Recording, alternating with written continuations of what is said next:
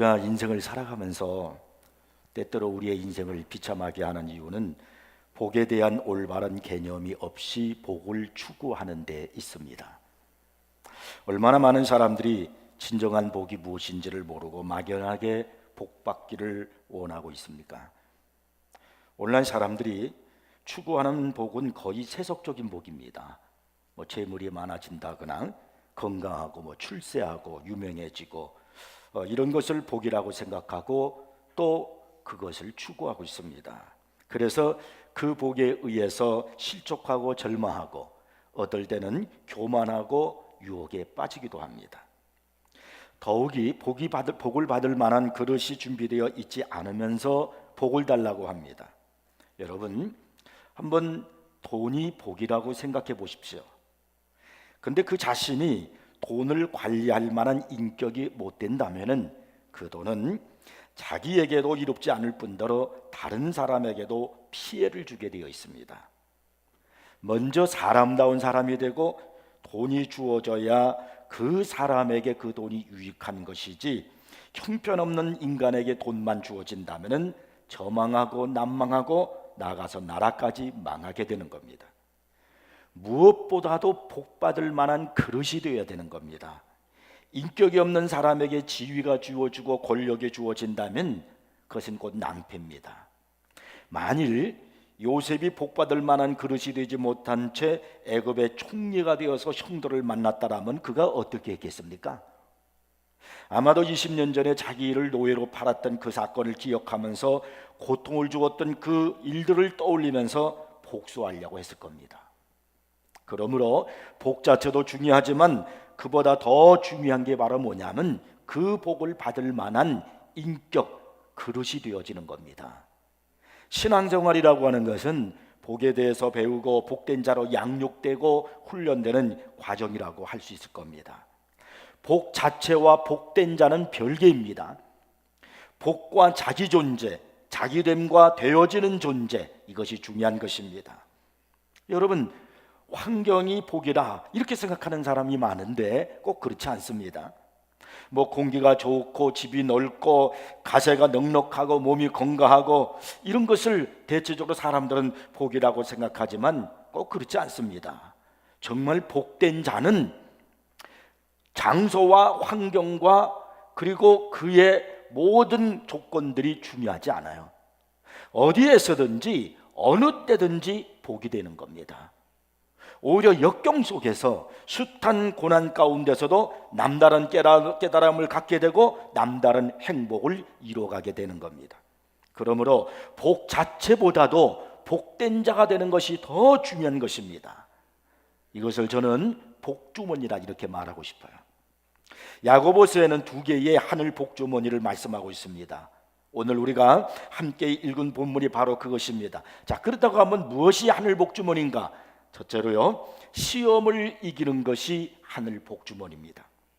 신앙생활은 예수 믿는 그 자체로서 모든 것이 다 끝나는 것이 아닙니다. 그리스도인들은 이 세상에서 끊임없이 여러 가지 어려움과 싸우면서 살아가야 됩니다. 그래서 끊임없이 우리에게 찾아오는 것이 바로 시험이에요. 이 시험은 예수 믿는 사람들이라고 하면 누구에게나 보편적으로 찾아오는 신앙생활의 한 방편입니다. 믿음의 조상 아브라함도 시험을 받았고요, 다윗도 시험을 받았고 사도 바울도 숱한 시험을 받았고 우리 주 예수 그리스도께서도 시험을 받으셨습니다. 이렇게 시험은 누구에게나 찾아오는 것이지만은 시험을 좋아하는 사람은 없습니다. 왜냐하면 시험은 너무나 힘들고 고통스럽기 때문입니다. 오늘도 이 시험에 얼마나 많은 사람들이 넘어지고 상처받고 흔들리고 있습니까? 시험은 분명히 힘들고 어려운 것입니다. 그런데 오늘 본문 야고보서 1장 12절에서 말씀하기를 시험을 참는 자는 복이 있나니 이렇게 말씀하고 있고요, 야고보서 1장 2절에서는요 내 형제들아 너희가 여러 가지 시험을 당하거든 온전히 기쁘게 여기라 이렇게 말씀하고 있습니다. 여기 온전이라는 이 단어는요 파스라고 하는 말인데 영어로는 말을 어떻게 번역하면 에브리 이렇게 말하고 있어요. 모든 경우에 기쁘게 여기라는 겁니다. 이 여기라는 이 단어는요 시험을 기쁨으로 환영하는 그런 태도를 말하는 거예요. 자기 자신에게 시험이 온 것이요, 너무나도 기뻐서 적극적으로 받아들이는 거예요. 아, 내게 시험이 왔구나. 그래서 마치 기쁨으로 시련과 고통을 받아들이는 것 같은 그런 모습으로 그 시험을 대하라, 그런 말이에요. 아니, 왜 성경은 이 시험이 복이고 시험을 그렇게 기쁘게 적극적으로 받아들이라고 말씀하고 있는 것일까요? 그것은 미래의 놀라운 축복이 약속되어 있기 때문입니다. 오늘이 문제가 아니라 내일이 중요한 것이에요. 오늘은 좀 힘들고 어려워도 내일의 약속이 분명하다면 그것이 바로 복이 아니겠습니까? 욥처럼 큰 시험을 당한 사람도 없을 겁니다. 동방의 최고 부자 욥은 그 많던 물질이 하루아침에 다 잃었습니다.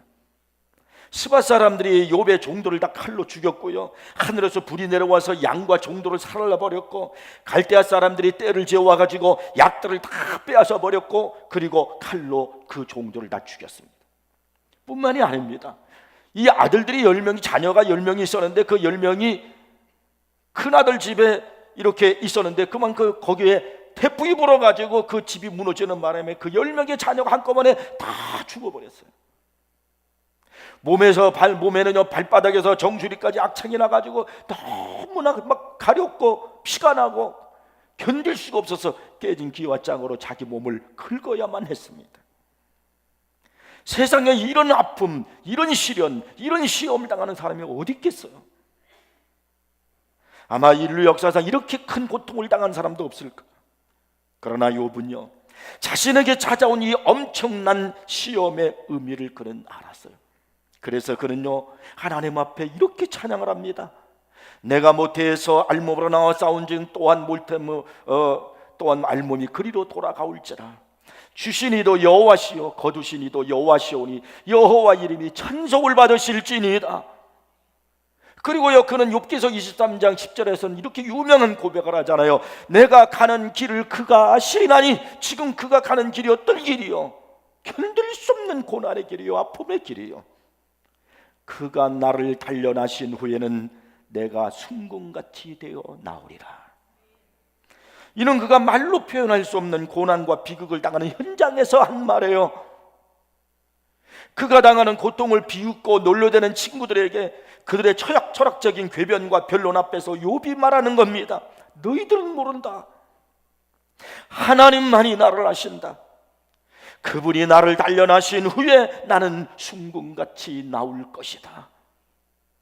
그는 이 시련이, 이 환난이, 이 아픔이 그의 인격을, 자신의 신앙을 만들어가고 있는 것을 알았습니다. 그리고 어느 날 빛나고 아름다운 순금이 되어 주님 앞에 서 있는 자신의 모습을 보았습니다. 그러기 때문에 그 무서운 고난 앞에서도 오히려 찬양할 수 있었던 겁니다. 야고보서 1장 4절을 보면요, 인내를 온전히 이루라. 이는 너희를 온전하고 구비하여 조금도 부족함이 없게 하려 함이라고 말씀합니다. 시험은 인내의 인격을 만들어가요. 근데 그 인격은 나중에 부족함이 없는 인격이 되게 한다는 것입니다. 여기 부족함이 없다는 이 말은 군사적인 용어예요.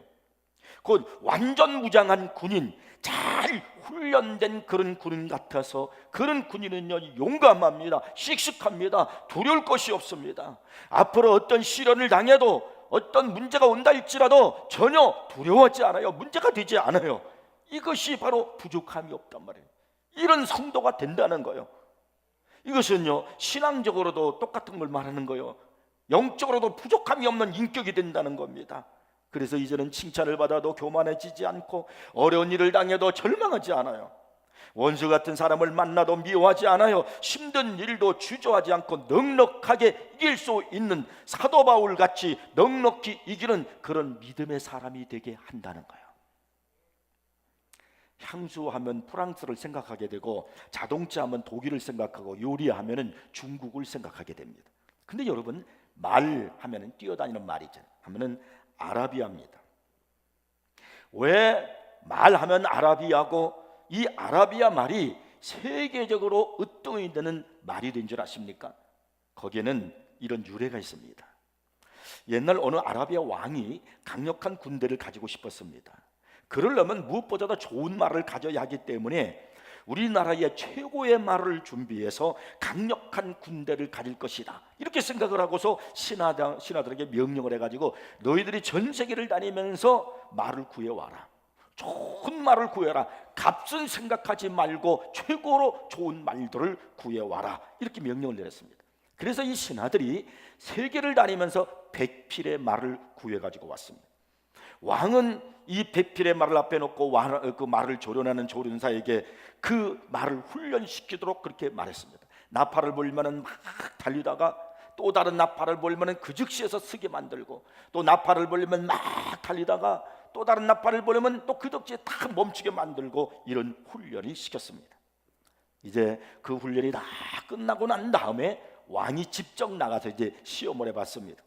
물이 있는 강가 옆에다가 큰 울타리를 이렇게 만들어 놓고 그 안에다가 그 말 100필을 넣어놨습니다.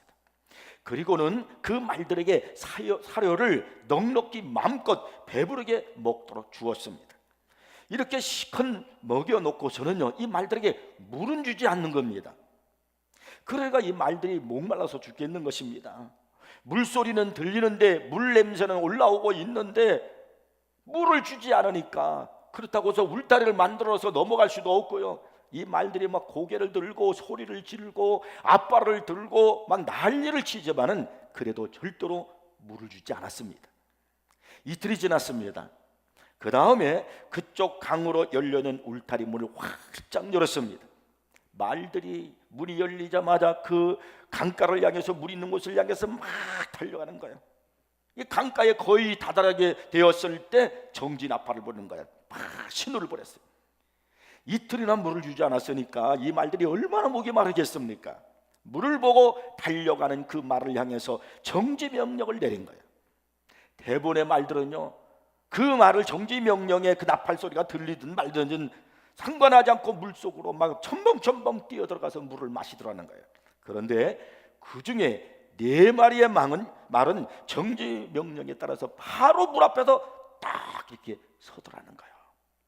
그렇게 목말라 죽을 지경이었지만은 다른 물들을 아랑곳하지 아니하고 자기 육체의 그 목마름에 거기에 따라서 물을 가서 먹으러 거기 첨벙첨벙 들어갔지만은 이 4마리의 말은 목마른 것들보다 명령이 더 우선이었던 거예요. 바로 이 4마리의 말이 아라비아의 종마가 되었다는 거예요. 그래서 이 아라비아 말이 세계적으로 으뜸이 되는 말이 되었다는 겁니다.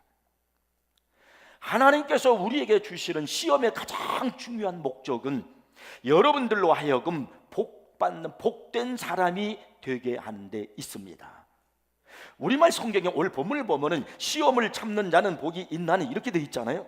그런데 이 말씀의 헬라어 원어대로 그냥 직역을 해서 풀이하면 이런 뜻이에요. 복되도다 시험을 참는 자요, 이렇게 됐어요. 여기 복되도라는 말은요, 마카리오스라는 말인데 영어로는 블레스드예요. 그러니까 이 제일 처음에 나오는 말이면 시험을 참는 자는 복이 있도다가 아니라 복되도다 시험을 참는 자요, 이렇게 돼 있는 거예요. 첫머리가 복되도라고 돼 있어요. 이 내용과 이 순서와 똑같이 되어 있는 그런 유사한 것이 신약 성경에 나오는데 그것이 어디 나왔냐면은 바로 산상보훈에 나와요. 우리 예수님께서 산상보훈에서 8가지 복을 말씀하셨잖아요. 심령이 가난한 자는 복이 있나니, 애통하는 자는 복이 있나니, 마음이 청결한 자는 복이 있나니, 이렇게 돼 있잖아요. 근데 이걸 원어대로 보면은 실제로는 어떻게 보면 이거와 똑같은 거예요. 먼저 나오는 게 말하면 마카리오스예요. 복되도다 심령이 가난한 자, 복되도다 애통하는 자, 복되도다 마음이 청결한 자, 이렇게 되는 거예요. 그러니까 성경에서 무엇을 우리에게 말씀하고 있느냐 하면은 시험을 받는 자, 그 사람은 어떤 사람이냐 하면은 바로 복된 사람이다, 이렇게 말씀하고 있는 거예요. 시험은 우리의 신앙을, 우리의 인격을 훈련시켜서 진정 복된 사람으로 만들어가는 겁니다. 가장 값비싼 구두는 가장 많이 두들겨 맞은 가죽으로 만든 것이라고 합니다. 하나님은 우리를 가장 값비싼 그런 사람으로 만들기 위해서, 위대한 그리스도인이 되게 하기 위해서 시험을 주고 연단하시는 거예요. 연단하는 방법이 여러 가지가 있죠. 때로는 실패가 될 수도 있고, 질병의 방법일 수도 있고, 슬픔이나 이별의 방법일 수도 있고, 정신적인 고통의 방법이 될 수도 있어요. 훈련이 힘들어서 선수증을 뛰쳐나가면요, 국가대표 선수가 될 수 없습니다. 하나님의 연단이 힘들어서 교회를 떠나고 예수를 떠나면 그 사람은 천국 백성이 되질 못합니다. 여러분 중에 시험을 만난 분 있습니까? 고난이 왔습니까?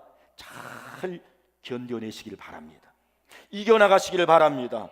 오히려 훈련받은 자로 뽑힌 것을 하나님 앞에 감사하고 영광을 돌리십시오.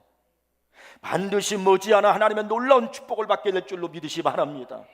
반드시 그 훈련시킨 그 사람을 순금같이 되어 나오게 하실 것입니다. 복된 자, 권세 있는 그리스도인의 인격이 되게 할 겁니다. 그러면 여러분, 우리가 시험이 왔을 때 어떻게 우리가 시험을 이길 수 있을까요?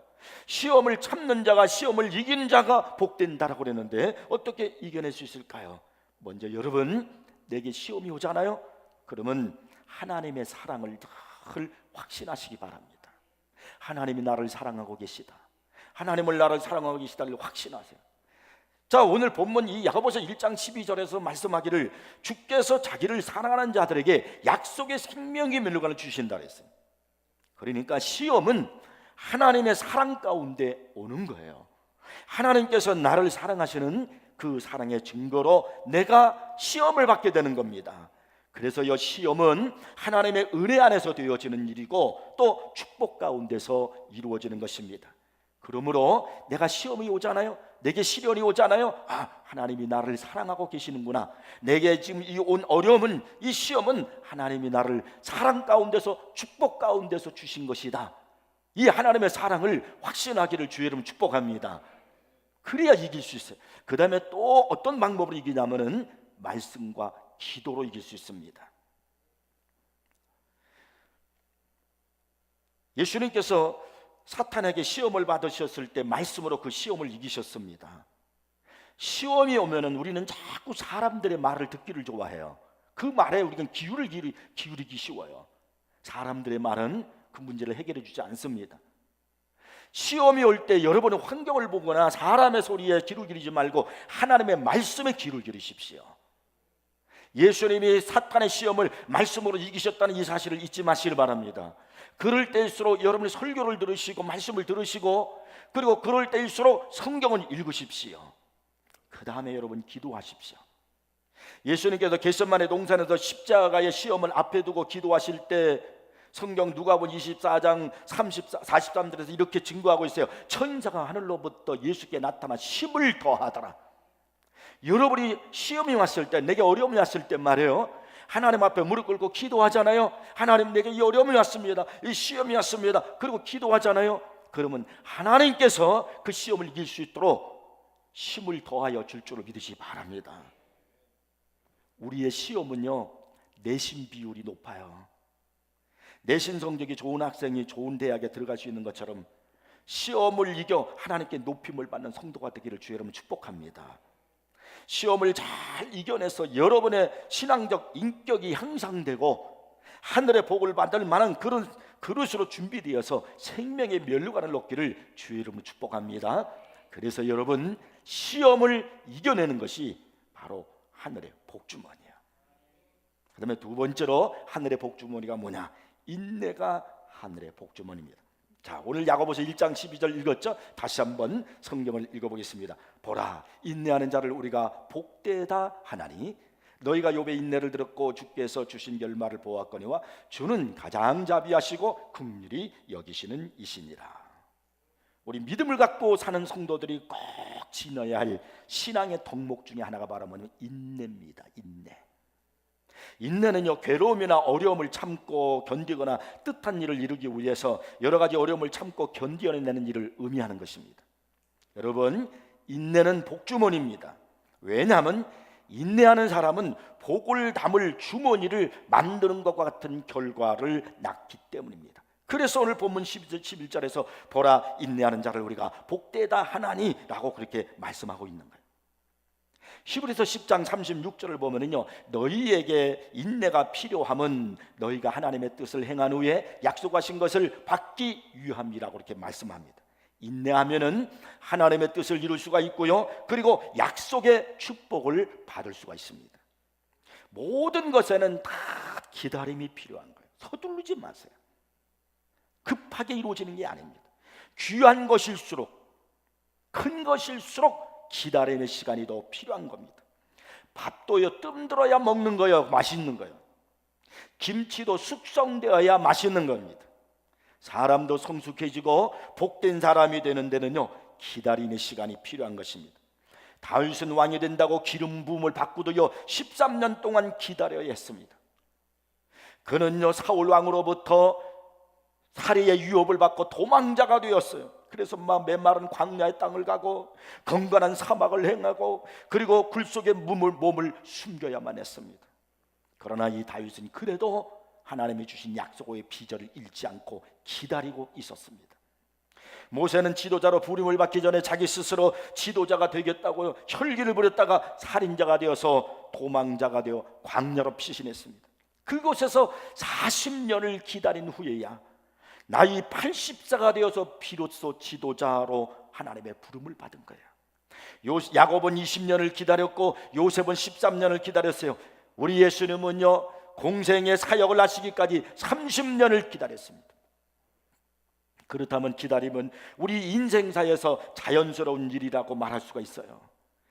오늘 성경 사도 야고보는요 이 기다림이, 인내가 얼마나 중요한지 성경 야고보서 5장 7절 8절에서 농부의 비유를 들으면서 그 인내를 이렇게 설명하고 있습니다. 그러므로 형제들아, 주께서 강림하시기까지 길이 참으라. 보라, 농부가 땅에서 나는 귀한 열매를 바라고 길이 참아 이른 비와 늦은 비를 기다리나니 너희도 길이 참고 마음을 굳건하게 하라. 주의 강림이 가까우니라. 기다린다는 것이 얼마나 중요하고 어려운 일이었으면 이 성경에서 농부의 예를 들으면서 3번씩이나 길이 참아야 한다, 길이 참아야 한다, 길이 참아야 한다고 그렇게 말하고 있는 거예요. 팔레스타인은 우리나라처럼 비가 잦아오는 것이 아닙니다. 1년에 2번밖에 오잖아요. 이곳에는요 이른 비, 늦은 비라는 것이 2번 와요. 이 이른 비는요 10월 하순부터 11월 상순 사이에 내리는데 이 비는 흙을 부드럽게 합니다. 그리고 늦은 비라는 것이 있는데 이것은 주로 3월부터 4월 동안에 내리는 비인데 이 비가 곡식을 자라게 하는 거예요. 이 두 가지 비는 결정적으로 수확을 돕는 겁니다. 그러므로 농부들은 여기 이른 비와 늦은 비를 기다립니다. 이 기다리는 동안에 농부의 참을성이 귀한 겁니다. 그들은 10월부터 4월까지 긴 우기를 기다려야 되고요 5월부터 9월까지 오랜 건조기를 참아내야 하는 겁니다. 이 두 가지 유형의 고난을 견디지 않고 팔레스타인의 농부들은요 아름다운 추수를 기다릴 수가 없는 겁니다. 그러면 이 농부들이, 팔레스타인의 농부들이 무엇 때문에 이 아픔을 참고 견디면서 수고의 땀을 흘리면서 기다림의 그 은혜를 갖고 살아가는 것일까요? 무엇 때문에 기다리냐 이 말이에요. 오늘 성경은 그렇게 말하잖아요. 농부가 땅에서 나는 귀한 열매를 바라고, 바로 이거요, 귀한 열매 때문에요. 그 열매를 바라고 기다리는 겁니다. 바울 사도는 갈라디아서 6장 9절에서 이렇게 말합니다. 우리가 선을 행하되 낙심하지 말지니 포기하지 않으면 때가 이름에 거두리라. 그렇습니다 여러분. 참고 기다리면 반드시 하나님께서 응답하시고 그리고 열매 맺게 해줄 줄로 믿으시기 바랍니다. 기다림이 필요해요. 조급해하지 말라는 거예요. 하나님의 때를 기다리라는 거예요. 중국 극동 지방에서 자라는 모소대 나무라는 식이종이 있죠. 이 모소대 나무는요 생태가 아주 독특합니다. 농부들이 매일같이 정성 들여 키워도 4년에 3cm밖에 안 자란대요. 3cm 정도밖에. 4년에 모소대 나무가요. 그러다가 5년째 되잖아요. 그러면 그때부터 하루에 30cm씩 자라가지고요 6주 만에 25m까지 이른다는 거예요. 자연계에서 가장 비약적인 성장을 하는 독특한 종입니다. 이렇게 모소 대나무가 급성장하는 원동력이 뭔가? 그 막 뿌리에 있는 거예요. 4년 동안 땅 밑을 깊고 넓게 이 뿌리가 쫙 이렇게 퍼져나가는 거예요. 그래서요 4년 동안에 자라는 게 3cm밖에 안 돼. 위는, 밑으로는 뿌리를 쫙 내려서 그래서 영양분을 비축해 나는 거예요. 그러다가 5년째 되는 해부터 그 뿌리를 통해서 깊고 넓게 퍼져 있다 보니까 자양분을 쫙 빨아들이니까 힘이 있잖아요. 뿌리가 넓고 깊으니까 그때부터 막 자라기 시작하는 거예요. 4년 동안에 3cm밖에 자라지 않는 이 모소대 나무가 이제 하루에 30cm씩 자라는 거예요. 이것은 신앙의 세계에서도 마찬가지입니다. 많이 움츠린 용수철이 높이 솟구치는 것처럼 참고 인내하고 길이 참고 기다릴수록 영적인 대도약을 이룰 수가 있는 겁니다. 여러분은 지금 길이 참고 있습니까? 그것이 무엇입니까? 질병입니까? 재정적인 겁니까? 자녀 문제입니까? 직장 문제입니까? 사업의 문제입니까? 그 문제만 응시하고 침몰하지 마십시오. 문제 후에 있을 하나님께서 주시는 성공과 형통과 영광을 바라보시기를 바랍니다. 야곱은 20년, 다윗은 광야 13년, 모세는 40년, 예수님은 30년, 그 후에 어떤 일이 나에게 일어날지 창공을 찌르는 내가 바로 모소 대나무가 될지도 몰라요. 야고보서 5장 11절을 다시 한번 읽어보겠습니다. 보라, 인내하는 자를 우리가 복되다 하나니 너희가 욥의 인내를 들었고 주께서 주신 결말을 보았거니와 주는 가장 자비하시고 긍휼히 여기시는 이시니라. 이 말씀의 뜻은 하나님은 하나님을 기다리는 자에게 가장 자비하시고 긍휼히 여기시는 자시라는 거예요. 하나님을 기다리는 자에게, 하나님은 기다리는 자를 도와주신단 말이에요. 더 크고 더 아름다웠고 더 보배로운 것을 주시기 위해서 우리 하나님은요, 기다리는 자를 위해서 준비하고 계시다는 거예요. 오늘 성경은요, 그 사실을 욥의 결말을 가지고 증거로 말씀하고 있다는 사실에 여러분 귀를 기울이셔야 되는 거예요. 욥이 인내한 결과, 기다린 결과가 어떻게 되었어요? 한마디로 그는요, 갑질의 복을 받은 사람이잖아요. 욥기서 42장 10절과 12절에 그 사실을 증거하고 있어요. 욥이 그의 친구들을 위하여 기도할 때 여호와께서 욥의 곤욕을 돌이키시고 어느 날 돌이키시는 날 와요. 기다리면요, 하나님께서 우리의 삶을 돌이키실 날이 와요. 여호와께서 욥에게 이전 모든 소유보다 갑절이나 주신지라. 여호와께서 욥의 말년에 욥에게 처음보다 더 복을 주시니 그가 양 14,000과 낙타 6,000과 소 1,000결이와 암나귀 1,000을 두었고. 욥은요, 이렇게 물질적인 축복만 받은 게 아니에요. 그는 영적인 축복도 받았어요. 내가 주께 대하여 귀로 듣기만 하였사오나 이제 눈으로 주를 배움나이다. 이것이 바로요, 기다리는 자에게, 인내하는 자에게 주신 결말이에요. 기다리는 자에게 가장 자비하시고 긍휼히 여기시는 주님, 그분을 여러분 신뢰하시기를 바랍니다. 모든 권세와 능력이 하나님께 있음을 믿으십시오.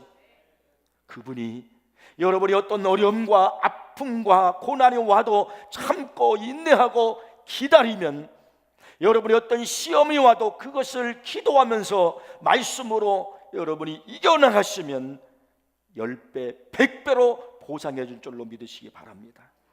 사랑하는 성도 여러분, 시험을 참는 것과 인내는 복을 담는 주문이라는 것을 잊지 마십시오. 시험이 왔습니까? 이겨내십시오. 고난이 있습니까? 인내하시고 기다리시기를 바랍니다. 능력의 하나님께서 여러분의 소망을 이루어 주시고 갑절의 은혜를 복주머니에 담아 주시기를 주님의 이름으로 축복합니다. 기도하겠습니다.